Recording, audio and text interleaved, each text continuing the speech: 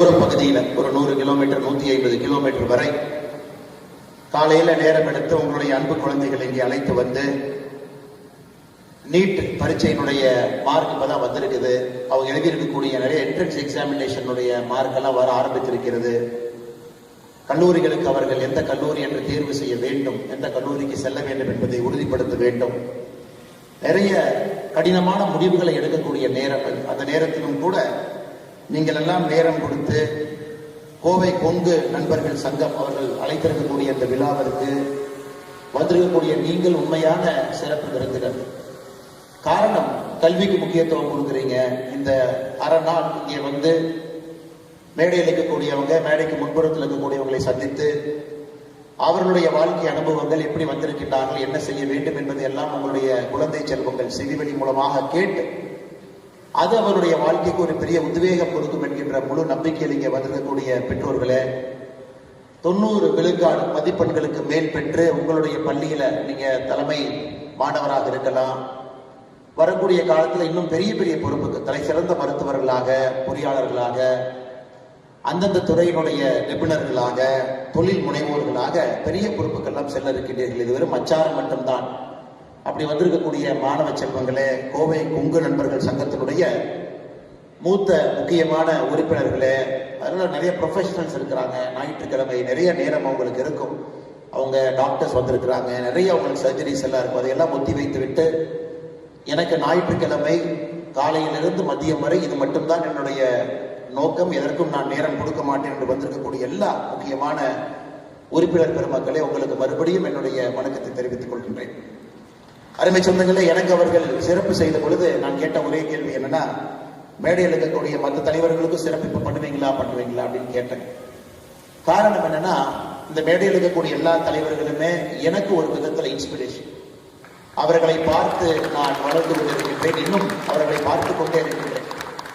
அவங்களுடைய உத்வேகம், வாழ்க்கையை எப்படி நடைமுறைப்படுத்தி வடிவமைத்திருக்கின்றார்கள், கஷ்டமான சூழலிலிருந்து எப்படி பிறந்து இவ்வளவு தூரம் வந்திருக்கின்றார்கள், அந்தந்த தொழில தலைமைத்துவம் நிபுணர்களாக இருக்கின்றார்கள். அவர்களை இன்று உலகமே திரும்பி பார்த்து கொண்டிருக்கிறது. சமுதாய அடையாளத்தை தாண்டி, கொங்கு என்கின்ற ஜியோகிராபிக்கல் ஏரியாவை தாண்டி, தமிழகம் என்கின்ற அடையாளத்தை தாண்டி, இந்தியன் என்கின்ற அடையாளத்தை தாண்டி மேடையில் இருக்கக்கூடிய பல பேர் இன்னைக்கு ஒரு குளோபல் சிட்டிசன்ஸா இருக்கிறாங்க. அவங்களுடைய பேரை பல ஊர்ல நீங்க சொன்னீங்கன்னா சில பேர் எந்திரித்து நிற்கும் அளவுக்கு அவங்களுடைய துறையில பெரிய சாதனையை செய்துவிட்டு மேடையில் இருக்க தலைவர்கள் எல்லாம் அமர்ந்திருக்கிறார். அதை நீங்கள் நல்லா புரிஞ்சுக்கணும் அப்படிங்கிறத என்னுடைய நோக்கம். ஏன்னா நான் இன்னைக்கு சமகாலத்தில் உங்களை விட சில ஒரு சதமானம், ஒரு டிக்கெட் முன்னாடி இருக்கிறேன். பட் இவர்கள் கடந்து வந்த பாதை என்பது அதே உங்களுக்கு போதும். உங்க 6 பேர்த்த நீங்க ஸ்டடி பண்ணீங்கன்னா இன்னைக்கு நீங்க அரை நாள் வந்ததற்கு அதே போதும், வேற எதுவுமே நீங்க செய்ய வேண்டாம். அதனால் ஒருவரையும் அறிமுகப்படுத்தும் பொழுது அவர்களை பற்றி ஒரு நிமிடம் அவருடைய துறையை பற்றி, அவர்கள் செய்திருக்கக்கூடிய சாதனையை பற்றியும் பேசுவது என்னுடைய பெருமையாக நான் நினைக்கின்றேன். அருமை சொந்தங்களே, இந்த சங்கம் 2017 ஆரம்பிக்கப்பட்டு 19 முறைப்படி பதிவு செய்யப்பட்டு அனைவரையும் ஒருங்கிணைத்து அரசியலுக்கு அப்பாற்பட்டு, சாதி மதத்திற்கும் ஒரு விதத்தில் அப்பாற்பட்டு, கொங்கு சமுதாயம் அவர்கள் நன்றாக இருக்க வேண்டும் என்கின்ற ஒற்றை நோக்கத்துல தொடர்ந்து 7 ஆண்டுகளாக இந்த பணியை மேடையில் இருக்கக்கூடிய தலைவர்கள் எல்லாம் செய்து கொண்டிருக்கின்றார். காரணம், கொங்கு செழித்தால் எங்கும் செழிக்கும் என்கின்ற ஒற்றை கருத்துல இந்த சமுதாயம் தனக்கான விளிம்பு நிலை மக்கள் தான். முதல் தலைமுறை விவசாயம் செய்து, 2ஆம் தலைமுறை தான் இப்பதான் இந்த சமுதாயம் தலை தூக்கி மேலே பார்த்து கொண்டிருக்கிறது. அந்த சமுதாயத்தை இன்னும் வேகமாக மேலே கொண்டு வர வேண்டும் என்கின்ற ஒற்றை கருத்துல, ஒற்றை நோக்கத்துல மேடையில் இருக்கக்கூடிய இந்த விழாவினுடைய தலைவராக இருக்கக்கூடிய அருமையன் டாக்டர் டி ராஜ்குமார் அவர்கள் ஒரு சிறந்த விவசாயி மட்டுமல்ல, அவருக்கு என்று சொந்தமாக ஒரு ரியல் எஸ்டேட் தொழில் மட்டுமல்ல, எனக்கு தெரிந்து இந்த பொறுப்புக்கு வந்த பிறகு அதிகப்படியான நேரம் இந்த சங்கத்துக்கு மட்டும்தான் கொடுக்கிறார்களோ தவிர குடும்பத்திற்கோ அவருடைய தொழிலுக்கோ கொடுக்கக்கூடிய நேரம் குறைவாகத்தான் இருக்கும். அவருக்கு உங்கள் சார்பாக என்னுடைய நெஞ்சார்ந்த நன்றிகளை, வணக்கத்தை தெரிவித்துக் கொள்கின்றேன். யாரோ ஒருத்தர் நம்மளை லீட் பண்ணணும், அது அண்ணன் அவர்கள் செய்து கொண்டிருக்கிறார். மிக அற்புதமான ஒரு வரவேற்புரை நல்கிவிட்டு அமர்ந்திருக்கக்கூடிய செல்வம் ஏஜென்சிஸினுடைய நிர்வாக இயக்குநராக இருக்கக்கூடிய ஐயா நந்தகுமார் அவர்கள் மிக நேர்த்தியான ஒரு மனிதர். தன்னுடைய வாழ்க்கையில அவரை பற்றியும் நீங்க ஆழமா பார்க்கணும். கோவை கொங்கு நண்பர்கள் சங்கத்தினுடைய துணைத் தலைவராக இருந்து நம்ம எல்லாம் வழிநடத்தி கொண்டிருக்கின்றார்கள். அண்ணன் அவர்களுக்கும் என்னுடைய நெஞ்சார்ந்த வாழ்த்துக்களை, வணக்கங்களை இந்த நேரத்தில் தெரிவித்துக் கொள்கின்றேன். மிக ஒரு சிறப்பான ஒரு உரை, 2 நிமிஷம் பேசினா கூட ஏன் இந்த நிகழ்வு, இதனுடைய பர்பஸ் என்ன, எதற்காக நாம் எல்லாம் ஒன்று சேர்ந்திருக்கின்றோம் என்பதை சொல்லிவிட்டு அமர்ந்திருக்கக்கூடிய வழக்கறிஞர் மட்டுமல்ல, சமச்சீர் வளர்ச்சிக்கான கூட்டமைப்பினுடைய நிர்வாக அரங்காளராக இருக்கக்கூடிய கோவை கொங்கு நண்பர்கள் சங்கத்தினுடைய இணைச் செயலர் ஐயா லோகநாதன் அவர்கள் மேடையில் மீது இருக்கின்றார்கள். அவருக்கும் என்னுடைய நெஞ்சார்ந்த வாழ்த்துக்களை, வணக்கங்களை இந்த நேரத்தில் உரித்தாக்கிக் கொள்கின்றேன். அருமை சொந்தங்களே, முன்னிலை வகித்துக் கொண்டிருக்கக்கூடிய ஐயா KR நாகராஜன் அவர்கள் நம் எல்லோரும் கூட அன்பாக ராமராஜ் காட்டன் என்ற ஒரு சாதாரண ஒரு வார்த்தையை அதற்கு பயன்படுத்தி சொல்லுகின்றோம். ஆனா ஒரு தனி மனிதன் இன்னைக்கு நான் உடுத்திருக்கக்கூடிய வேட்டி ராமராஜ் காட்டனுடைய வேட்டியை தான் எப்பவுமே நான் கட்டுறேங்க. எல்லோரும் அப்படித்தாங்க. நிறைய பேர் ஒரு வேட்டி கட்டுற ஒரு நிகழ்வு, அது இந்த பகுதியில் நம்ம எல்லோரும் பயன்படுத்தக்கூடிய ஒரு நிகழ்வை பட்டி தொட்டி எல்லாம் உலகம் முழுவதும் எடுத்து சென்றிருக்கிறார். இன்னைக்கு ரீட்டைல்ல சாதாரண மனிதர்கள் புரட்சி செய்ய முடியாது என்று சொல்லுகின்ற காலகட்டத்தில் நேர்த்தியான ஒரு ராமராஜ் காட்டன் என்கின்ற ரீட்டைல் அவுட்லெட், எல்லாருமே பொருள் தயாரிப்பாங்க, எக்ஸ்போர்ட் பண்ணுவாங்க. ஆனா ரீட்டைல் தொழிலுக்கு நான் ஒரு கடை ஆரம்பித்து அதில் இருக்கக்கூடிய 1000 சிக்கல்களை சமாளித்து அதை நேரடியாக என்னுடைய கடை மூலமாக மக்களுக்கு கொடுப்பேன் என்று சொல்வதற்கு ஒரு துணிவு வேண்டும். அதை எடுத்து மிகச் சிறப்பாக ரீட்டைலும் கொடி கட்டி பறந்து ஒரு நாளும் கூட ஒரு புதுமை, இந்த வேட்டி கட்டுவதில் ஒரு புதுமை. வெல்குரோ வேட்டி வரும், பாக்கெட் வேட்டி வரும், அதுல நிறைய புதுமையான விஷயங்களை புகுந்துகிட்டே வருவாங்க. எளிய மனிதர்கள் 300 ரூபாய் 400 ரூபாய்க்கு ஒரு வேட்டியை தீபாவளி அன்னைக்கு யார் வாங்கி கட்ட முடியும் என்றால் அதற்கும் ஒரு வேட்டி, 2000 ரூபாய்க்கு ஒரு வேட்டி, கல்யாண முகூர்த்தத்துக்கு ஒரு ரூபாய் கட்டணும்னா அதற்கும் ஒரு வேட்டி. கிட்டத்தட்ட எல்லா விதமான எக்கனாமிக் குரூப்பையும் கூட தன்னுடைய துறையின் மூலமாக ஒரு மிகப்பெரிய சாதனையை செய்து கொண்டிருக்கக்கூடிய ஐயா KR நாகராஜன் அவர்களுடைய வாழ்க்கையை நீங்கள் இன்னும் ஆழமாக படிக்க வேண்டும் என்று இந்த நேரத்தில் நான் சொல்லிக் கொள்கின்றேன். அவர் சாதனை படித்திருக்கின்றார்கள், முன்னேறிவிட்டார்கள் என்று சொல்வதை விட எப்படி இவ்வளவு தூரம் வந்தாங்க அப்படிங்கிறத நீங்க நேரம் எடுத்து குழந்தை செல்வங்கள் இங்க படிக்கணும். சரஸ்வதி கண்ணையன் அவர்கள் அக்கா அவர்கள் இந்துஸ்தான் கல்விக்குழு, இன்னைக்கு ஒரு மிகப்பெரிய ஒரு கோயம்புத்தூர்ல மிக முக்கியமான ஒரு கல்வி நிறுவனம், தமிழகத்துல குறிப்பிட்டு சொல்லும்படி இருக்கக்கூடிய ஒரு கல்வி நிறுவனம். இங்கே வெறும் படிப்பு மட்டுமல்ல, ஒரு மாணவர்களுக்கு கிடைக்கக்கூடிய எக்ஸ்ட்ரா கரிக்குலர் ஆக்டிவிட்டி வேற எந்த கல்வி நிறுவனத்திலும் கிடைக்குமா என்பது எனக்கு ஒரு சந்தேகம் தான். இன்னைக்கு கேட்டுக்குள்ள வந்திருப்பீங்க, நீங்க பார்த்திருப்பீங்க. ஒரு பக்கம் இசை விழா, அதற்கான ஒரு தட்டி இருக்கு. இன்னொரு பக்கம் ரோட்டரி சங்கம் நடத்தக்கூடிய சிலம்பம் விழா, அது பக்கம் ஒரு தட்டி இருக்கு. இன்னொரு பக்கம் கோவை கொங்கு நண்பர்கள் சங்கம் நடத்தக்கூடிய விழா ஒரு தட்டி இருக்கும். இந்துஸ்தானை பொறுத்த வரைக்கும் கல்வியை தாண்டி ஒரு நல்ல மனிதர்களை உருவாக்குவதற்கு முழுமையாக இந்த கல்லூரியை பயன்படுத்திக் கொண்டிருக்கக்கூடிய அக்கா சரஸ்வதி கண்ணையன் அவர்களை இந்த நேரத்தில் நாம் குறிப்பிட்டாக வேண்டும். அவருடைய வாழ்க்கையை முழுமையாக நீங்க படிக்கணும். ஆரம்பித்த தொழில் வேலை டிரான்ஸ்பார்மர் துறையில் இருந்தாங்க, அதன் பிறகு கல்வித்துறைக்கு வந்தாங்க, அதிலும் பெரிய புரட்சி செய்து கொண்டிருக்கின்றார்கள். எல்லா இடத்திலும் கூட ஒரு நேர்மை என்கின்ற வார்த்தையை கடைபிடிக்கிறாங்க. அவர்களையும் நாம் படிக்கணும். டாலர் குரூப் கம்பெனி அண்ணன் ராமமூர்த்தி அவர்களுக்கு அறிமுகம் தேவையில்லை. ஒரு கொடிகட்டி பறக்கக்கூடிய ஒரு தொழிலதிபர், ஒரு சாதாரண முதல் தலைமுறை பட்டதாரியாக ஒரு குடும்பமாக ஆரம்பித்த ஒரு டாலர் குரூப் ஆஃப் எக்ஸ்போர்ட்ஸ் எனக்கு உலகத்தில் எல்லா நாடுகளையும் தொட்டு இங்கிருந்து தன்னுடைய பொருட்கள் இங்கிருந்து போகுது. அது மட்டும் இல்ல, நமக்கெல்லாம் பெருமை சேர்த்து கொடுக்கக்கூடிய இந்த மண்ணை சார்ந்த இந்தியாவில் ஒரு துணை ஜனாதிபதி என்பது உங்களுக்கு தெரியும். புரோட்டோகால்ல 2வது வாரண்ட் ஆஃப் பிரசிடென்ட்ஸ்ல 2வது இருக்கக்கூடிய ஒரு மனிதர். அது எல்லோரும் அது ஆக முடியாது. சுதந்திரத்திற்கு பிறகு 5 வருடத்திற்கு ஒருத்தர் நீங்க கணக்கு போட்டீங்கன்னா எத்தனை பேர் ஆயிருக்காங்க? 10 பேர், 11 பேர், 12 பேர் ஆயிருக்கிறாங்க. அதில் இந்த மண்ணை சார்ந்த நம்முடைய ஒருவர் அண்ணன் CP ராதாகிருஷ்ணன் அவர்கள் ஆகியிருப்பது நம்ம எல்லோருக்கும் ஒரு பெரிய பெருமை. அந்த குடும்பத்தில் இருக்கக்கூடிய ஒரு மனிதர். ஏற்கனவே அவரை பத்தி நிறைய சொன்னாங்க. ஏன்னா இங்க இருப்பவர்களுக்கு செல்வம் என்பது பொருட்டு இல்லை என்றாலும் கூட அந்த செல்வத்தை சரியான முறையில் செலவு செய்ய வேண்டும் என்கின்ற எண்ணம் கொடுத்திருக்கக்கூடிய ஆண்டவனை இந்த நேரத்தில் நம்ம பாராட்டணும். அதனால் பெரிய நிதியுதவி செய்து தொடர்ந்து ஒரு பெரிய வளர்ச்சி மனிதராக இருக்கக்கூடிய அண்ணன் ராமமூர்த்தி அவர்களுக்கும் என்னுடைய மரியாதை கலந்த வணக்கத்தை இந்த நேரத்தில் தெரிவித்துக் கொள்கிறேன். ப்ரொஃபசர் டாக்டர் பழனிவேல் அவர் இன்னைக்கு ஒரு மாணவர் எப்படி இருக்க வேண்டும் அப்படின்னு கேட்டீங்கன்னா பழனிவேல் ஐயாவை போல் இருக்க வேண்டும் என்று சுருக்கமாக முடித்துவிட்டு என்னுடைய இருக்கையில் சென்று அமர்ந்து கொள்வேன். ஒரு சாதாரண விவசாய குடும்பம், முதல் தலைமுறை, விவசாயம் செய்வதற்கு வாய்ப்பில்லாத ஒரு ஊர். அங்கிருந்து அவருடைய பெற்றோர்கள்லாம் மலேசியால போய் ஒரு பாமாயில் எஸ்டேட்ல கூலி தொழிலாளர்களாக தன்னுடைய வேலையை ஆரம்பிக்கிறாங்க. அதே பாமாயில் எஸ்டேட்ல கூலி தொழிலாளியாக தன்னுடைய வாழ்க்கையை ஆரம்பித்தவர் ஐயா டாக்டர் சி பழனிவேல் அவர்கள். அந்த புத்தகத்தை நீங்க படிச்சீங்கன்னா ஒரு வார்த்தையும் கூட உங்களுக்கு ஒரு பெரிய ஒரு உத்வேகத்தை கொடுக்கும். அதுல படிப்படியாக இருந்து அந்த எஸ்டேட்டுக்குள்ள இருந்த பள்ளிக்கூடத்துல படிச்சு அதன் பிறகு தன்னுடைய தாய்க்கு கூலியை கூட மரியாதையாக கொடுக்கவில்லை என்று சொன்ன அந்த எஸ்டேட்ல இருந்த கங்காணியை எதிர்த்து நின்ற துணிவு அந்த சின்ன வயசுல. கிட்டத்தட்ட சில ஆண்டுகள் பள்ளிக்கு போக முடியாத ஒரு நிலைமை, ஸ்கூலே டிராப் அவுட். அதன் பிறகு படிப்படியாக தமிழகத்திற்கு திரும்ப வந்து நல்ல ஒரு தலைமை ஆசிரியர் பழனிவேல் என்கின்ற மாணவன் அந்த ஆண்டு பள்ளிக்கூடத்திலிருந்து வெளியே போனார். அதனால எந்த சர்டிபிகேட்டையும் பார்க்காம அதே பழனிவேல் என்கின்ற பெயர் இருக்கக்கூடிய இவரை அந்த மாணவருக்கு பதிலாக அந்த பள்ளிக்கூடத்தில் அட்மிஷனை கொடுத்து படிப்படியாக வளர்ந்து சென்னையில ஒரு தமிழகத்தினுடைய தலை சிறந்த மருத்துவக் கல்லூரி எல்லா இடத்திலும் படித்து சேலத்தில் ஒரு மருத்துவமனையை ஆரம்பிக்க வேண்டும் என்கின்ற உத்வேகம் அவருக்கு இருந்தும் கூட மறுபடியும் மேற்படிப்புக்கு செல்ல வேண்டும் என்று படித்து முடித்துவிட்டு நம்முடைய கோயம்புத்தூர்ல தன்னுடைய மருத்துவமனையை இங்கே கொண்டு வர வேண்டும் என்று இந்த துறையினுடைய ஒரு தலை சிறந்த நிபுணராக இன்னைக்கு எனக்கு கிட்டத்தட்ட 2011 எனக்கு ஒரு அறுவை சிகிச்சை செய்தார். போலீஸ் ட்ரைனிங்ல இருந்து வந்து அவர்கிட்ட அறுவை சிகிச்சை செய்து கொண்டு போனேன். அப்போ all India institute of medical சயின்ஸ்ல டாக்டர் ஒரு குழு நம்மளை பரிசீலனை பண்ணுவாங்க, சரியா மருத்துவம் கொடுத்துருக்காங்களான்னு பார்ப்பாங்க. பார்த்தா தான் ட்ரைனிங் கண்டினியூ பண்ண முடியும். அப்போ என் ஃபைலை கொண்டு போய் நான் கொடுத்தேன். எய்ம்ஸ் டாக்டர்ல உட்காந்துருந்தாங்க. அவங்க செக் பண்ணிட்டு ட்ரைனிங் உடனே போகணுமா இல்லை 6 மாசம் டிலே பண்ணணுமாங்கிற முடிவு எடுப்பாங்க. பார்த்தாங்க, யார் சர்ஜரி பண்ணாங்கன்னு பார்த்தாங்க. டாக்டர் சி பழனிவேலுங்கிற பேர் இருந்துச்சு. அதுக்கப்புறம் அந்த ஃபைலை அவங்க தொடர்ந்து பார்க்கவே இல்லை. ஒரு பஞ்சாபி இருந்தார் அந்த டாக்டர். நான் கேட்டேன் என்ன காரணம் கேட்டேங்க. அவர் எழுதின டெக்ஸ்ட் புக்கை தாங்க நாங்க படிக்கிறோம். நாங்க யாருங்க அவருக்கு பண்ண சர்ஜரியை ஒரு ஃபைலை தொடர்ந்து பார்த்து சர்டிஃபைட் பண்றதுக்கு நாங்க யாரு? அது போன்ற ஒரு மனிதர் இன்னைக்கு கூட சமீபத்தில் ஒரு வீடியோ பார்த்து அமெரிக்காவிலிருந்து வந்தாரு. நேரடியாக 2 அறுவை சிகிச்சை செய்தாரு. உடனடியாக விமானத்தை பிடிச்சாரு, கோயம்புத்தூர் வந்தார், அடுத்த வேலையை செய்தார். அப்படிப்பட்ட பெருமைக்கெல்லாம் ஒரு சொந்தக்காரர், அற்புதமான ஒரு மனிதர் டாக்டர் ஐயா பழனிவேல் அவருடைய அந்த புத்தகத்தை எதற்காக நான் ஐயாவை பற்றி அதிகமா பேசுறேன்னா, அந்த புத்தகம் உங்க கையில் இருக்கு. அந்த புத்தகத்தை மட்டும் நீங்க படிங்க, வேற எதுவுமே செய்ய வேண்டாம். ஒரு கஷ்டத்திலிருந்து எப்படி வெளியே வரலாம், எப்படி நெஞ்சுரத்தோடு நிற்கலாம், நம்முடைய உரிமையை விட்டு கொடுக்காம எப்படி இருக்கலாம். நான் கர்ம வீரர் காமராஜர் ஐயா பழனிவேல் ஐயா பல ஆண்டுகளுக்கு முன்பு அரசியலுக்கு வர சொன்னாங்க. காமராஜர் ஐயா எப்படிப்பட்ட அரசியல்வாதி என்று உங்களுக்கு தெரியும்.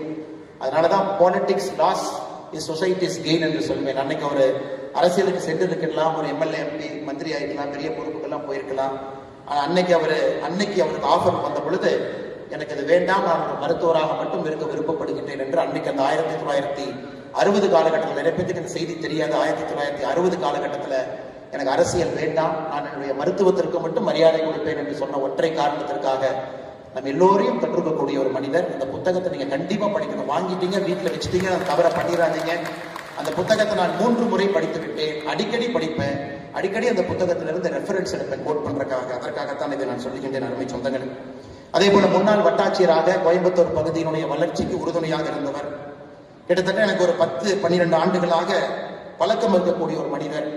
அதிகாரம் இருந்த பொழுதும் அப்படியே, அதிகாரம் இல்லாத பொழுதும் அப்படியே இருக்கக்கூடிய கோவை கொங்கு நண்பர்கள் சங்கத்தினுடைய செயலராக இருக்கக்கூடிய ஐயா சுப்பிரமணியம் அவர்களுக்கும் இந்த நேரத்தில் என் நெஞ்சார்ந்த வாழ்த்துக்களை, வணக்கங்களை, நன்றிகளை தெரிவித்துக் கொள்வதனுடைய கடமையாக நான் கருதுகின்றேன். அதே மேடையின் மீது அமைதியா பின்னாடி இருக்கையில் 3 பேர் இருக்கிறாங்க. ஆர்பி யமஹாவனுடைய தலைவராக இருக்கக்கூடிய ஐயா பாண்டியன் அவர்கள் அக்ரிகல்ச்சர் யூனிவர்சிட்டியில் படித்தவர். நிறைய வாய்ப்புகள் அவருக்கு இருந்தும் கூட ஒரு யமஹா ஷோரூம் இங்கே ஆரம்பித்து பல தொழில்களை ஆரம்பித்து எப்பொழுதும் கூட ரொம்ப நான் எப்பவுமே பார்ப்பேன், ஜாதகத்தின் மீது நம்பிக்கை இல்லை. ஏன் நம்பிக்கை இல்லைன்னா உழைப்பு மட்டும்தாங்க. உழைச்சா யாரும் வேலை ஜெயிக்கும். எதுக்கு ஜாதகம் பார்க்குறீங்கன்னு யாராவது ஜாதகம் எடுத்துட்டு போனா கூட அதை புதுக்கி வைக்கக்கூடிய ஒரு ஆள். அப்படி உழைப்பை மட்டும் நம்பி இன்னைக்கு இவ்வளவு தூரம் ஐயா வந்திருக்கின்றார்கள். ஐயா ஆர்பி பாண்டியன் ஐயா அவர்களுக்கும் என்னுடைய மரியாதை கலந்த வணக்கத்தை, வாழ்த்துக்களை தெரிவித்து எல்லா கௌரவ தலைவர்கள், மேடையின் மீது இருக்கக்கூடிய எல்லா கௌரவ தலைவர்கள், பின்னருக்கையில் இருக்கக்கூடியவர்கள், நிர்வாகிகள், பொருளாளர்கள், நிர்வாக உறுப்பினர்கள் எல்லோருக்கும் என்னுடைய மறுபடியும் வணக்கத்தை தெரிவித்துக் கொள்கின்றேன். அருமை சொந்தங்களை எதற்கு இடத்துல 10 நிமிஷத்துக்கு எடுத்துக்கிட்டேன் அப்படின்னாங்க, இவர்கள் எல்லோரும் பாடம் படிக்க வேண்டியவர்கள் என்று சொல்வதற்காக. நம்ம யாரையோ இப்போ எங்கெங்கேயோ தொலாம். ஒரு பெரிய ஒரு தலைவருடைய பெயரை சொல்லும் பொழுது நமக்கு ரொம்ப ஃபேன்சியா இருக்கும். அவங்க ஜெயிச்சுட்டாங்க, அவங்க வாழ்க்கையிலிருந்து கத்துக்கலாம். ஆனா நம்ம கிட்ட ஆடம்பரமே இல்லாம சாதாரணமா ஒரு வாழ்க்கை வாழக்கூடியவங்களை பெரும்பாலும் நாம் நிறைய நேரத்தில் ஏறெடுத்து கூட பார்ப்பதில்லை. அதனால் இங்க இருக்கக்கூடிய தலைவர்களாக இருக்கட்டும், முன்னறிக்கையில் பெரிய நிபுணர்கள் இருக்கிறாங்க, தொழில்துறையில சாதனை புரிந்தவர்கள். வருங்காலத்தில் அவர்களும் இந்த மேடைக்கு வருவாங்க. பெரிய மருத்துவர்கள், டாக்டர்ஸ், ஆர்த்தோபெடிக் சர்ஜன்ஸ் இருக்கிறாங்க. சொந்தமாக மருத்துவம் நடத்தும், அரசு வேலையில் இருந்தவங்க விட்டுட்டு வந்து சொந்த மருத்துவமனை நடத்தி ஏழை எளிய மக்களுக்கு மருத்துவம் கொடுப்பவங்க. எக்ஸ்ட்ரீம்லி ஃபைனஸ்ட் சார்ட்டர்ட் அக்கௌண்டன்ட்ஸ், இந்த கொங்கு பகுதியினுடைய தலை சிறந்த ஆடிட்டர்ஸ் உட்கார்ந்து இருக்கிறாங்க. நிறைய தொழில் முனைவோர்கள், விவசாய பெருமக்கள், இயற்கை விவசாயிகள், வேளாண் விவசாயிகள் எல்லாம் இங்க இருக்கிறாங்க. ரூட்ஸ் ஐயாவுடைய எப்பொழுதுமே நமக்கு தெரியும், ஐயா அவங்க பேசினாவே அந்த மோட்டிவேஷன் லெக்சர் எல்லாரும் உட்கார்ந்து மணிக்கணக்காக கேட்போம். ஐயா அவர்களும் வந்திருக்கின்றார்கள். அதனால் முன்னறிக்கையில் இருக்கக்கூடியவர்களும் பெரிய மனிதர்கள் இருக்கின்றார்கள். அவர்களுக்கும் என்னுடைய வணக்கத்தை, வாழ்த்துக்களை தெரிவித்து, அருமை சொந்தங்களே, உங்களுக்கு ஒரே ஒரு சின்ன உதாரணத்தை மட்டும் கொடுத்து என்னுடைய பேச்சை ஆரம்பிக்க வேண்டும் என்று நினைக்கின்றேன். காரணம், அந்த பருவத்தில் இருக்கிறீங்க. You are in an age where you can make a change. அந்த சேஞ்சுங்கிறது லாஸ்டிங் சேஞ்சா உங்களை தாண்டி நிற்கக்கூடிய ஒரு சேஞ்சை கொடுக்கக்கூடிய வயசுல நீங்க எல்லாம் உட்கார்ந்து இருக்கிறீங்க மாணவ செல்வம். நீங்க உதாரணத்துக்கு இன்னைக்கு காலையில உங்க வீட்டுக்கு வெளியே இருக்கிறீங்க, ஒருத்தர் ஓடிட்டு போறாருன்னு வச்சுக்கோங்களேன். 2000 வச்சுக்கலாங்க, 20 வருஷம் பின்னாடி போயிடும். அதை ஓடிட்டு போற நிறுத்தி அண்ணன் என்னென்ன பண்றீங்கன்னு கேட்குறீங்க. அவர் சொல்றாரு, தம்பி நான் சின்ன ஆள் தான், இப்ப ஒரு 4-5 கம்பெனி ஆரம்பிக்கலாம்னு இருக்கிறேன் அப்படிங்கிறார். நீங்க திரும்ப ஒருத்தர் கேட்குறீங்க, என்னென்ன கம்பெனி ஆரம்பிக்க போறீங்க? தம்பி பிரெயின்ல வந்து சிப்பு வைக்கக்கூடிய ஒரு கம்பெனி ஆரம்பிக்கலாம்னு பாக்குறேன் அப்படின்னா நீங்க அப்பயே பார்ப்பீங்க, என்ன பைத்தியக்காரனா இருப்பாரு, காலங்காத்தால் நம்ம கண் முன்னாடி மாட்டிருக்காரு. சரி இருந்தும் பேசுவேன்னு சொல்லிட்டு சொல்லுங்க. நான் எல்லாருமே டிரைவர்லெஸ் கார் தங்கச்சி, எல்லாருமே டிரைவர்லெஸ் கார் தான் நம்ம உலகத்துல இப்ப இருந்து கொஞ்ச நாள் கழிச்சு ஓட்டணும், அந்த கம்பெனி ஆரம்பிக்கலாம்னு பாக்குறேன். அப்ப நீங்க கண்டிப்பா முடிவு பண்ணிடுவீங்க, கண்டிப்பா அவங்க ட்ரேட்மார்க் பைத்தியக்காரன் தான். ஏன்னா 2 விஷயத்த சொல்றாரு. அதோட நிக்கல, மறுபடியும் இன்னும் ஒரு படி முன்னாடி போறாரு. இல்ல இன்னும் ஒரு 10 வருஷம் 5 வருஷம் கழிச்சு எல்லா பக்கம் சோலார் அப்படிங்கறத அடிப்படையா கொண்டு வந்து இந்த எலக்ட்ரிசிட்டியினுடைய கன்சம்ஷன் பேட்டர்னே மாத்த போறாங்க. அப்போ பாக்குறீங்க, என்னடா அவன் முழு பைத்தியக்காரனா இருக்கான், தொடர்ந்து பேசிட்டே இருக்கான். அப்புறம் மறுபடியும் இன்னும் அதோட நேரத்துல இன்னும் ஒரு படி முன்னாடி போறாரு. ரீயூசபிள் ஸ்பேஸ் வெஹிக்கிள் மேல லான்ச் பண்ணலான்னு பாக்குறேன். அதாவது கீழிருந்து மேல செல்லக்கூடிய ஒரு ஸ்பேஸ் வெஹிக்கிள், அது போய் சேட்டலைட்ல ஆர்பிட்டை விட்டுட்டு மறுபடியும் கீழே வந்து அதை நம்ம எடுத்து ரீயூஸ் பண்ணலாம் அப்படிங்கிறார். அப்ப முடிவு பண்ணிருக்கீங்க, ஓ என் கன்ஃபார்மா பைத்தியக்காரன் தான். அடுத்து இன்னும் ஒரு படி போறாரு, இல்ல நான் ஆர்டிபிஷியல் இன்டெலிஜென்ஸ் நிறுவனமும் ஒன்று ஆரம்பிக்கலான்னு பாக்குறேன், அது நம்முடைய வாழ்க்கையை மாற்றக்கூடிய ஒரு நிறுவனத்தை ஆரம்பிக்கிறேன். 2000 ஆண்டு இந்த மாதிரி ஒரு மனுஷங்க முன்னாடி சொல்றாருன்னா அவருக்கு இந்த உலகம் பைத்தியக்காரன் என்கின்ற முத்திரையை குத்தி இருக்கும், அது எந்த மாற்று கருத்தும் இல்லை. ஆனா இன்னைக்கு அதே மனிதனை திரும்பி பார்த்தீங்கன்னா எலன் மஸ்க் என்கின்ற பெயர், நியூரோ லேப் என்கின்ற ஒரு பெரிய கம்பெனி இன்னைக்கு பிரெயின்குள்ள சிப் வைக்க ஆரம்பிச்சிட்டாங்க, to control your brain waves, அது ஒரு நிறுவனம். XAI என்கின்ற பேர்ல ஆர்டிபிஷியல் இன்டெலிஜென்ஸ், OpenAI அவர் தான் ஆரம்பிச்சாரு. டெஸ்லா கம்பெனி நடத்துறாரு, ஸ்பேஸ் எக்ஸ் என்கின்ற நிறுவனத்தை நடத்துறாரு.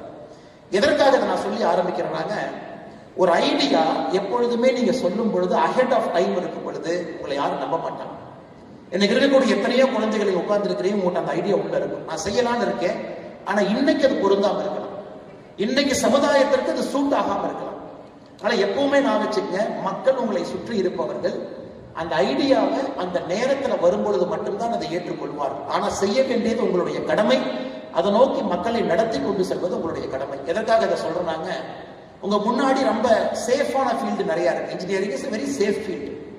வருஷத்துக்கு லட்சக்கணக்கான இன்ஜினியர்ஸ் உருவாக்குறோம், they pass out, it's okay, very important தான். நமக்கு பொறியாளர்கள் வேணும், டாக்டர்ஸும் வேணும். ஐநா சபை சொல்லக்கூடிய டாக்டருக்கும் நமக்கு இருக்கக்கூடிய கேப்பே பார்த்தீங்கன்னா மிகப்பெரிய கேப் இருக்கு. டாக்டர்ஸும் வேணும், மேடையில் இருக்கக்கூடிய ஜெம் பள்ளிவேல் ஐயா மாதிரி பல டாக்டர்ஸ் இங்க இருக்கிறாங்க, எல்லாம் நமக்கு வேணும்.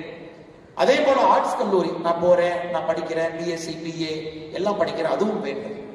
ஆனா உங்களுக்குள்ள ஏதோ ஒன்று இருக்கும். அட் ஏஜ் ஆஃப் 18, 19, 19, 18 வயசுல நான் இதை செய்யணும், நான் ஒரு சினிமா துறைக்கு போகணும் இருக்கலாம், நான் ஒரு பெரிய எழுத்தாளரா வரலாம் இருக்கலாம், நான் ஒரு பெரிய தொழில் முனைவோரா வரலாம் இருக்கலாம். இன்னும் கொஞ்ச நாள் கழிச்சு இப்போ எலன் மஸ்கனுடைய ஆப்டிமஸ் கம்பெனி, புதுசா இன்னொரு கம்பெனி போயிட்டு இருக்கு. அது பாத்தீங்கன்னா வீட்டுல ரோபோ. சமீபத்தில் US போகும்போது அந்த ஆப்டிமஸை பார்த்தாங்க, எல்லா வேலையும் அதே செய்யுதுன்னா 5 ஆண்டுகள் கழித்து பல வீட்டுக்கு நீங்க போனீங்கன்னா காஃபி டீ வந்து ஆப்டிமஸ் ரோபோ தான் கொடுக்க போகுது. இன்னைக்கு பைத்தியகாரத்தனமா இருக்கு, இன்னும் 5-10 ஆண்டுகள் கழித்து பார்க்கும் பொழுது அப்பா 7வது கம்பெனி சாதிச்சுட்டா இருப்பான்னு நம்ம சொல்ல போறோம். அதனால இன்னைக்கு உங்களுக்குள்ள அது போன்ற ஒரு யோசனை இருக்கலாம். அப்படி இருக்கும் பொழுது அதை தைரியமா நீங்க முன்னெடுங்க அப்படின்னு சொல்றது என்னுடைய கடமையாக இந்த நேரத்தில் நான் கருதுறேன். அதை நீங்க பர்சியூ பண்ணுங்க, அது மேல பேஷனேட்டா இருங்க, ஒரு காதலோடு இருங்க, அந்த ஐடியாவை நோக்கி கொஞ்சம் கொஞ்சமா நகர்ந்து போங்க. அப்பா அம்மாவை கன்வின்ஸ் பண்ணுங்க. ஏன்னா எல்லாமே முதல் தலைமுறை பட்டதாரிகள். அப்பா அம்மா எல்லாம் விவசாயம் பண்ணி உங்களை படிக்க வச்சு இவ்வளவு தூரம் கொண்டு வந்திருப்பாங்க. ஆட்டை வித்து, காட்டை வித்து, மாட்டை வித்து நீங்க நிறைய பேர் இங்க இருக்கிறீங்க, நிறைய பேர் அடுத்த கல்லூரிகளுக்கு போக போறீங்க. அதனால நீங்க ஒரு ஐடியா உங்ககிட்ட இருக்க ஆழமா இருக்குன்னா அது அவ்வளவு ஈஸியா நாங்க சொல்றதை ஏத்துக்கிட்டு ஒரு சேஃபான ஒரு கோர்ஸுக்கு நீங்க போகாதீங்க. கொஞ்சம் திங்க் பண்ணி உங்களோட பேஷனை நோக்கி நீங்க போகணும். அப்படிங்கிறது மேடையில் இருக்கக்கூடிய உங்களுடைய வாழ்க்கையெல்லாம் அப்படித்தான். நீங்க படிச்சீங்கன்னா உங்களுக்கு தெரியும், மேடையில முன்புறத்தில் எத்தனையோ பேர் இருக்கின்றார்கள், அவருடைய வாழ்க்கையும் அப்படித்தான். Because they followed a fashion. அந்த பேஷனை விடாபடியா பிடிச்சாங்க. இவங்க எல்லாருமே சக்சஸ் இன்னைக்கு பாக்குறீங்க, எல்லாமே நிறைய ஃபெயிலியருங்க. அவங்க எல்லாம் நிறைய இடத்துல தோற்று போய் ஜெயிச்சிருக்கிறாங்க. வாழ்க்கையில யாராச்சும் ஒருத்தரை கொண்டு வந்து வெற்றி மட்டும்தான் எனக்குன்னா கண்டிப்பா கிடையாதுங்க, யாருமே கிடையாது. நான் ஒருத்தரை பத்தி படிக்கிறேன் பாருங்க. 1832 ஒரு தனியார் நிறுவனத்தில் இந்த வேலை போச்சு. 1833 ஒரு லா ஃபார்ம் ஆரம்பிச்சாரு, ஃபெயில் ஆயிட்டார். 1838 இலினாய்ஸ் ஸ்டேட், US 50 மாநிலத்தில் இலினாய்ஸ் மாநிலத்தினுடைய ஸ்டேட் ஹவுஸ் ஸ்பீக்கர் எலெக்ஷனுக்கு போட்டி போட்டார், தோத்துட்டார். 1843 காங்கிரஸ் போறதுக்கு ட்ரை பண்ணாரு, நம்ம ஊர்ல எம்எல்ஏ சீட்டு கிடைக்கல. 1848 5 ஆண்டுகள் கழிச்சு ட்ரை பண்றாரு, மறுபடியும் கிடைக்கல. 1849 எதுவுமே கிடைக்கல, அரசாங்கத்துல போய் லேண்ட் ஆபீஸ்ல சேரலாமான்னு போறாரு, அதுவும் கிடைக்கல. 1854 நம்ம ஊர் எம்பி எலெக்ஷன் மாதிரி செனட் எலெக்ஷன் நிற்கிறார், அதுலயும் தோற்கடிக்கப்படுகின்றார்கள். 1856 துணை ஜனாதிபதி தேர்தலுக்கு போட்டியிடார் அமெரிக்காவில், அதிலும் தோற்கடிக்கப்படுகின்றார்கள். 1858 எது வேண்டாம் மறுபடியும் செனட் எலெக்ஷன் எம்பி எலெக்ஷனுக்கு வர்றாரு, அதிலும் தோற்கடிக்கப்படுகின்றார். அந்த மனுஷன் ஜெயிச்ச ஒரே ஒரு எலெக்ஷன் 1860 அமெரிக்காவுடைய ஜனாதிபதி, ஒரே ஒரு எலெக்ஷன் அமெரிக்காவுடைய ஜனாதிபதி மட்டும்தான் ஜெயிச்சார். அவருடைய பெயர் அப்ரஹாம் லிங்கன். சிலைவரியை முடிச்சாரு. 1861 சிவில் ரைட்ஸ் ஆக்ட கொண்டு வந்தாரு. அமெரிக்காவுடைய தன்மையை முகத்தையே மாத்திட்டு போயிட்டார். அதனால நீங்க நிறைய நேரம் நினைச்சுக்கணும், இந்த வெற்றியாளர்கள் அப்படின்னு நீங்க புத்தகத்துல படிக்கிறதெல்லாம் அவங்க கண்டென்ஸ் பண்ணி தன்னுடைய வெற்றியை மட்டும் சொல்லியிருப்பாங்க. ஏன்னா தோல்வியை சொல்வதற்கு அந்த புத்தகத்துல பேஜ் இல்லை. தோல்விக்கு ஒரு புத்தகத்தை ஜெம் பழனிவேல் அவர் எழுத சொன்னீங்கன்னா இந்த கட்ஸை விட இன்னும் 2 பெரிய புத்தகத்தை எழுதுவார் தோணுது. இன்னும் அதிக பக்கங்கள் இருக்கக்கூடிய புத்தகத்தை எழுதுவாங்க. அதனால நீங்க எல்லோருமே தோல்வியிட்ட கொஞ்சம் ஃப்ரெண்ட்ஷிப் பண்ணிக்கணும். என்னுடைய 2வது உங்களுக்கு நான் கொடுக்கக்கூடிய ஒரு சின்ன ஒரு அட்வைஸ், நீங்க எல்லாருமே சக்சஸ்ஃபுல் பீப்புள்னால தான் இந்த ஹால் கூட உட்கார்ந்துருக்கீங்க. 90% and above 99% ஃபேண்டாஸ்டிக், ரொம்ப சந்தோஷம் இருக்கு. ஆனா வாழ்க்கையில வெறும் சக்சஸ் மட்டுமே பார்த்தீங்கன்னா ஆங்கிலத்தில் சொல்லுவாங்க, you are not pushing yourself, that is why you are always a victor அப்படிமா. உங்களை நிறைய புஷ் பண்ணீங்கன்னா கொஞ்சம் தோல்விகள் அப்பப்போ வர ஆரம்பிக்கும். ஆனால் நிறைய உங்களை புஷ் பண்ணுங்க. Success should not breed complacency. நான் ஜெயிச்சுக்கிட்டே இருக்கிறேன் அப்படிங்கிறது உங்க கம்ஃபர்ட் ஜோனை விட்டு வெளியே போகாம கம்ஃபர்ட் ஜோனுக்குள்ளே உட்கார வைக்க கூடாது. குறிப்பாக இந்த அரங்கத்தில் இருக்கக்கூடிய மாணவர்கள் அப்பப்ப தோல்வி வந்தாலும் ஒரு சின்ன ஃப்ரெண்ட்ஷிப் பண்ணுங்க. இல்ல நான் சிவில் சர்வீஸ் பரீட்சை எழுதுனேன், ஃபர்ஸ்ட் அட்டெம்ப்ட் IAS IPS கிடைக்கல, will make friendship, second attempt போலாம். இல்ல நான் நீட் எழுதுனேன், எனக்கு தெரியல நிறைய பேர் நீட் எழுதிருப்பீங்க, 725 மார்க் வரல, லெட் அஸ் மேக் ஃப்ரெண்ட்ஷிப், அடுத்த டைம் பார்த்துக்குவோம். இல்ல நான் இங்க போலான்னு பார்த்தேன், எனக்கு அது கிடைக்கல, இட்ஸ் ஓகே. அந்த மைண்ட் செட் உங்களுக்கு வேணும். ஏன்னா இன்னைக்கு இருக்கக்கூடிய இளைஞர்களை பார்க்கும் பொழுது டிப்ரெஷன். ஏன் depression? Love failure depression, NEET exam failure depression. எல்லாருக்கும் டிப்ரெஷனை மட்டும் தான் பார்க்கறவங்களை தவிர அந்த ஃபெயிலியரோட ஒரு சின்ன ஃப்ரெண்ட்ஷிப் வச்சுக்கணும்னு யாரும் பார்க்கலாம். அதனால மாணவ செல்வங்களே, டிப்ரெஷன் உங்க வாழ்க்கையை அப்ரஸ் பண்ணக்கூடிய விஷயமா மாத்திராதீங்க. ஓப்பன் அப்பா இருங்க, பேஷனை சேஸ் பண்ணுங்க. வெற்றியாளர்களை மட்டும் பார்க்குறீங்க, அந்த வெற்றியாளர்களுக்கு பின்னாடி இருக்கக்கூடிய தோல்வியை பார்க்க மாட்டீங்க. அண்ணன் CP ராதாகிருஷ்ணன் அவர் நம்முடைய துணை ஜனாதிபதி, ஒரு அற்புதமான மனிதர். நான் பழகியதில் ஒரு எளிமையான, நேர்மையான, ஒரு நல்ல ஒரு மனிதர், எந்த டவுட்டும் கிடையாது. ரொம்ப ஒரு தேசியவாதி, ஒரு பற்றாளர், சொந்தமா ஒரு நிறுவனத்தை நடத்தினாரு. ஒரு நாள் அலுவலகத்தில் என்கிட்ட சொன்னாரு, என்னை எப்பொழுதுமே அன்பா தலைவரேன்னு கூப்பிடுவார். கூப்பிடும் போதெல்லாம் எந்திரிச்சு நிற்குவேன். நான் சொன்னேன், அண்ணா என்னன்னு? இல்லை நம்மளை கொஞ்சம் ஸ்பின்னிங் மில்லுக்கு அதிக நேரம் கொடுக்கணும், ஒரு 6 மாசம் ஸ்பின்னிங் மில் பக்கம் போயிட்டு வரனார். நான் ஏன்னு கேட்டேன், இந்த பொது வாழ்க்கையில வந்துப்பா ஸ்பின்னிங் மில் கொஞ்சம் அவுட் ஆஃப் கண்ட்ரோல் இருக்கு, நான் அங்கே போறேன். 6 மாசம் போனார். அப்புறம் கேரளாவுடைய ஒரு பொறுப்பு, சின்ன பொறுப்போ பெரிய பொறுப்போ, அதையும் செஞ்சார். எதையும் எதிர்பார்க்காம 50 ஆண்டுகள் 60 ஆண்டுகள் பல தோல்விகளை பார்த்தவர். CP ராதாகிருஷ்ணன் ஒரு வெற்றியை காமிச்சீங்கன்னா அவர் சரித்திரத்துல 3 தோல்வியை நான் காட்டுவேன். லோக்சபால அற்புதமா ஜெயிச்சாரு, ஒரு தலை சிறந்த MP-யாக இந்த பகுதிக்கு அவ்வளவு விஷயங்கள் செஞ்சு கொடுத்தவர்.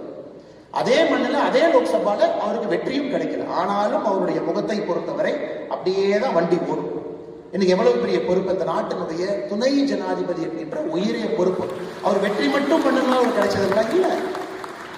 CPR தொட்டதெல்லாம் வெற்றி, தொடர்ந்து 50 வெற்றி, அதனால துணை ஜனாதிபதி இல்ல. அந்த மனிதனுடைய கேரக்டருக்காக, அந்த மனிதனுடைய நெஞ்சுரத்துக்காக, அந்த மனிதனுடைய நேர்மைக்காக நம்முடைய பிரதமர் ஐயா மோடி அவர்கள் நேரா கூப்பிட்டு நீங்க துணை ஜனாதிபதியா பொறுப்பெடுத்து மக்களுக்கு சேவை பண்ணுங்க, நாட்டினுடைய 2வது பெரிய குடிமகனாக நீங்க இருங்க. அதனால யாரை நீங்க இங்க எடுத்தாலும் தோல்விகள் அவங்களுக்கு சாதாரணம், சகஜம். தோல்வியோடவே வாழ்ந்தவர். சரஸ்வதி அக்காவோட லைஃப் ஹிஸ்டரிக்கெல்லாம் நான் போகவே இல்லை. நிறைய தோல்விகளை பார்த்து விட்டு இங்க அமர்ந்திருக்கிறாங்க. ஆனால் அருமை சொந்தங்களே, இந்த 2வது மிக முக்கியமானது, தோல்விகளோட ஒரு ஃப்ரெண்ட்ஷிப் நீங்க வச்சுக்கணும். You should make friends with defeat. அது இல்லைன்னா நீங்க டிப்ரெஷனுக்குள்ள போயிருவீங்க, நீங்க திரும்ப எய்மே பண்ண மாட்டீங்க, திரும்ப அச்சீவ் பண்றதுக்கு போக மாட்டீங்க.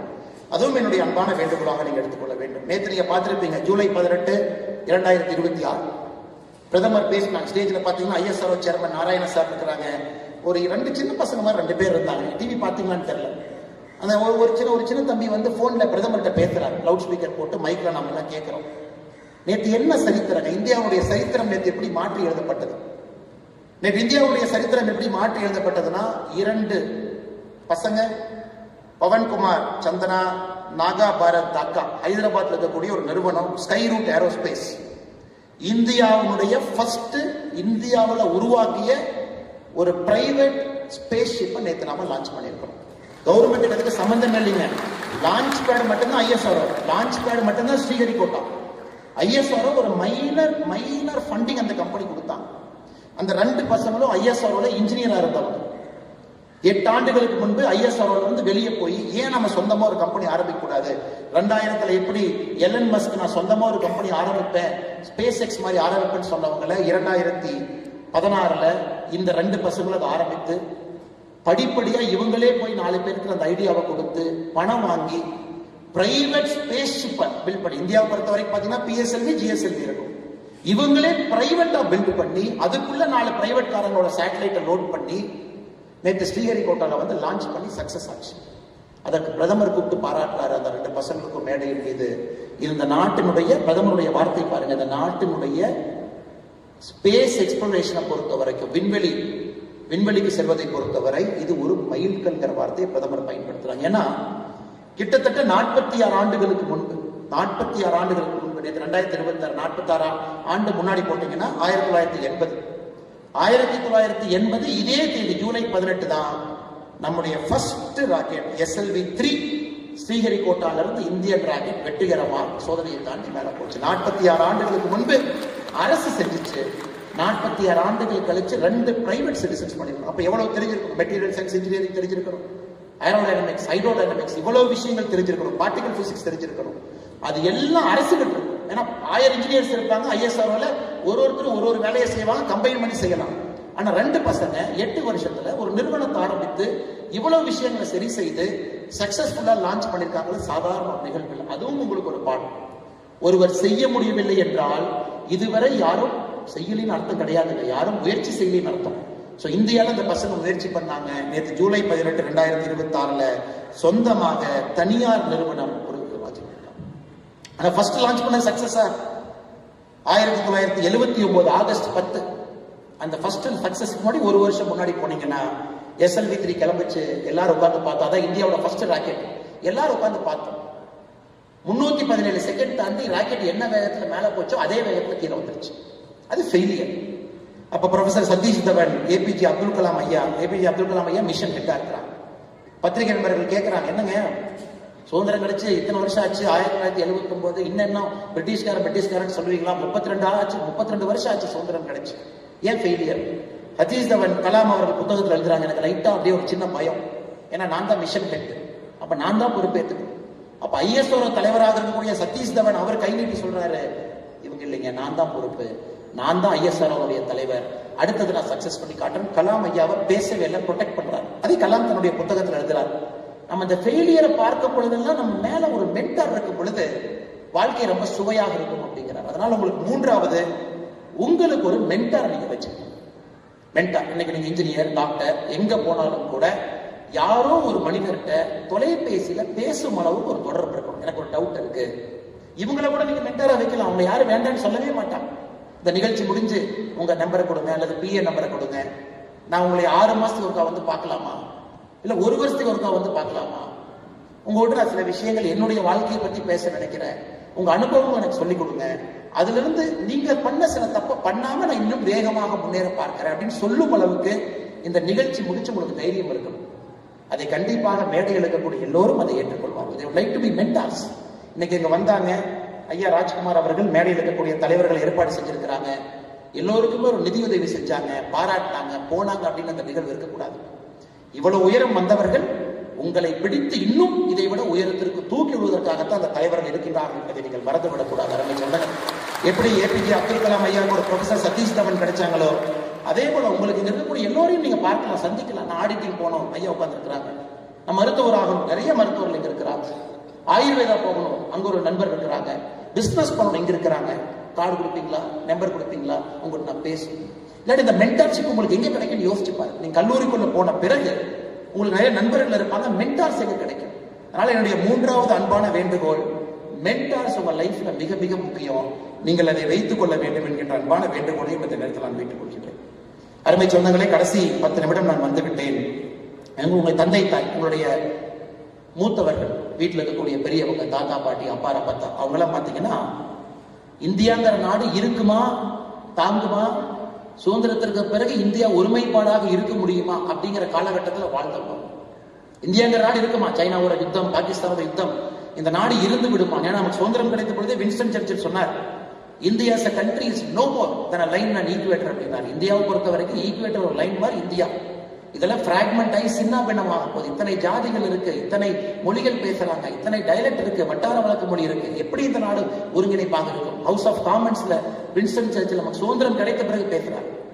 உங்க தாத்தாக்கள் அதையெல்லாம் பார்த்து இந்த நாட்டை கட்டுக்கோப்பாக காத்து இந்த நாட்டினுடைய வளர்ச்சிக்காக, அவங்க பேர் இப்ப சரித்திரத்துல இருக்காது, அவங்க தாத்தா பேர் யாருக்குமே தெரியாது, உள்ளூர்ல 4 பேருக்கு தெரியலாம். ஆனா அவர்கள் தலையை கீழே போட்டு இந்த நாட்டினுடைய குடிமகனாக வேலை செய்ததற்காக இந்த நாடு ஒருங்கிணைப்பாக இன்னைக்கு இருக்கு.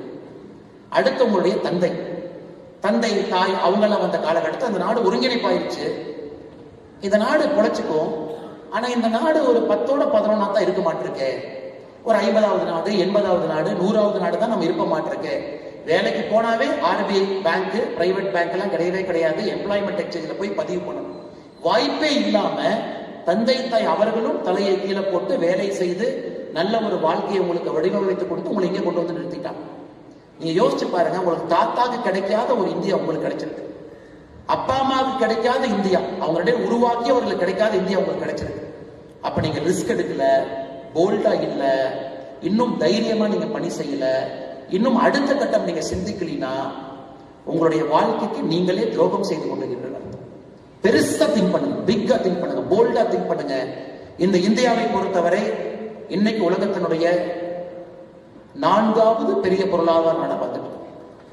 4வது பெரிய பொருளாதார நாடு. அப்படியே படிப்படியா வந்துட்டோம். அமெரிக்கா, சைனா அவங்க 2 பேரும் மேல இருக்காங்க. 3வது வந்து விடுவோம். அது ஒரு பெரிய விஷயம். நீங்க third also we will come very soon. We are touching. Germany, Japan 2 பேர் தான் 3-4 மாத்தி இருப்பாங்க. அதையும் ஓவர்டேக் பண்ணிட்டோம். ஸோ நீங்க காலேஜ் முடிக்கிறதுக்குள்ள, நீங்க மருத்துவராக இருந்தால் 5 வருஷம், இன்ஜினியரிங்கா இருந்தால் 4 வருஷம் முடிப்பதற்குள்ள உலகத்தினுடைய 3வது நாடாக வந்து விடுவோம். அமெரிக்கா இருக்கும், சைனா இருக்கும், இந்தியா இருக்கும். 3வது வந்துடும். தாத்தா காலத்துல உலகத்துல 60வது 65வது இருந்துச்சு. அப்பா காலத்துல 30லிருந்து 12க்கு வந்துச்சு. கடந்த 10 ஆண்டுகள்ல 12லிருந்து 4க்கு வந்துட்டோம்.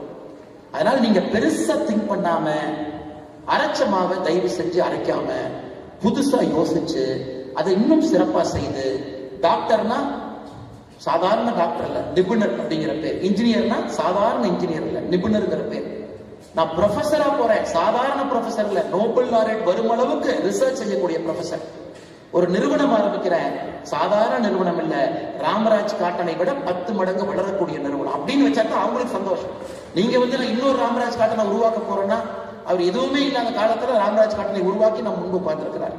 ஆனா எனக்கு எல்லாம் இருக்கக்கூடிய காலத்துல நான் இன்னொரு ராமராஜ் காட்டன் என்று சொல்வதை விட அதை விட 10 மடங்கு வருவேன் என்று சொன்னால்தான் இங்க இருப்பவங்களும் பெருமை அடைவாங்க. அதனால மாணவ செல்வங்களே, பெரிய மனிதர்களாக, ஆற்றல் மிக்க தலைவர்களாக, முன்னோடிகளாக நீங்கள் வர வேண்டும். கொஞ்சம் ரிஸ்க் எடுங்க, ஃபெயிலியரை கொஞ்சம் பார்த்து ஃப்ரெண்ட்ஷிப் பண்ணிக்கங்க, மென்டார் வச்சுக்கங்க, பெருசா திங்க் பண்ணுங்க. எந்த துறை எடுத்தாலும் கூட காலேஜ்ல அப்ப முக்கியமே கிடையாது. அதெல்லாம் ஒரு காலம் 1980 IIT அவங்கதான், IIM அவங்கதான், இப்பெல்லாம் முக்கியமே கிடையாதுங்க. எல்லா காலேஜ்ல எல்லா ஃபெசிலிட்டி எல்லா இடத்துல இருக்கு. இன்னைக்கு இந்துஸ்தான் காலேஜ் தமிழகத்துல தலை சிறந்த கல்லூரி. உள்ள போனா இவங்களும் ஜேஸ்டார் வச்சிருப்பாங்க. லைப்ரரியில ஜேஸ்டார்ங்கிறது வேர்ல்டுல இருக்கக்கூடிய எல்லா ரிசர்ச் ஆர்டிகளும் போட்டிருக்கக்கூடிய ஒரு அகாடமியா டேட்டா பேஸ். இவங்ககிட்ட ஜேஸ்டார். இன்னைக்கு ஒரு சாதாரண ஒரு அரசு கல்லூரிக்கு போறீங்க, நீங்க வசதி இல்லை, அவங்ககிட்ட ஜேஸ்டார். அதனால சில பேருக்கு நீங்கள் எதிர்பார்த்த கல்லூரி கிடைக்கல அப்படிங்கறதுக்காக ஐயோ நம்ம எதிர்பார்த்தது நடக்கலையே, என்ன பண்ணலாம்? அந்த கல்லூரியில் இருக்கக்கூடிய வசதிகளை பயன்படுத்தி அதிலிருந்து நீங்க மேல வரணுங்கிறது என்னுடைய ஆசை.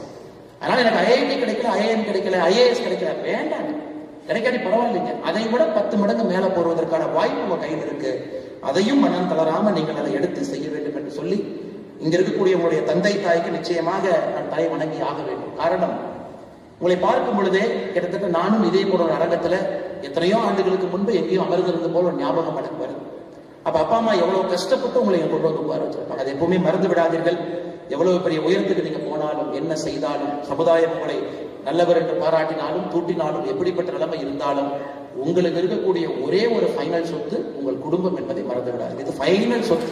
இந்த சொத்து எப்பவுமே கிடையாது, அப்படியே கெட்டியா தங்க கட்டி மாதிரி என்னாலும் உங்களால கிடையாது. அதனால அப்பா அம்மா கூட எப்பவுமே இருங்க, மரியாதையாக அவர்களோடு இருங்கள். சமுதாயத்தின் மீது ஒரு பெரிய பற்றோடு இருங்கள். ஐயா சொன்னாங்க, எந்த ஒரு சமுதாயத்தையும் இகழ வேண்டிய அவசியம் கிடையாது. நம்ம சமுதாயத்தினுடைய பெருமைகளை நாம் காப்பாற்ற வேண்டிய பொறுப்பு உங்களுக்கு இருக்கு. இதெல்லாம் உங்க கையில கொடுத்துட்டாங்க, அந்த பொறுப்பையும் எடுத்து செல்ல வேண்டிய கடமை உங்களுக்கு இருக்கு. அதனால் நல்ல மனிதர்களாக, ஆற்றல் மிக்கவர்களாக நீங்கள் வர வேண்டும். எங்க இருக்கக்கூடிய மனிதர்களுடைய வாழ்க்கையை நீங்கள் படிக்க வேண்டும், முன்னிறுத்தி இருக்கக்கூடிய மனிதனுடைய வாழ்க்கையும் படிக்க வேண்டும் என்று சொல்லி நல்ல வாய்ப்பு கொடுத்த அண்ணன் ராஜ்குமார் அவர்கள் தலைமை எடுக்கக்கூடிய கோவை பொங்கு நண்பர்களுடைய எல்லா அனந்தகுமார் ஐயா அவர்களுக்கு, லோகநாதன் ஐயா அவர்களுக்கு எல்லோருக்கும் என்னுடைய நன்றி இழந்த வாழ்த்துக்களை, வணக்கங்களை தெரிவித்து என்னுடைய உரையை முடித்துக் கொள்கின்றேன். நன்றி, வணக்கம். தமிழகம் வாழ்க, பாரதம் வளர்க.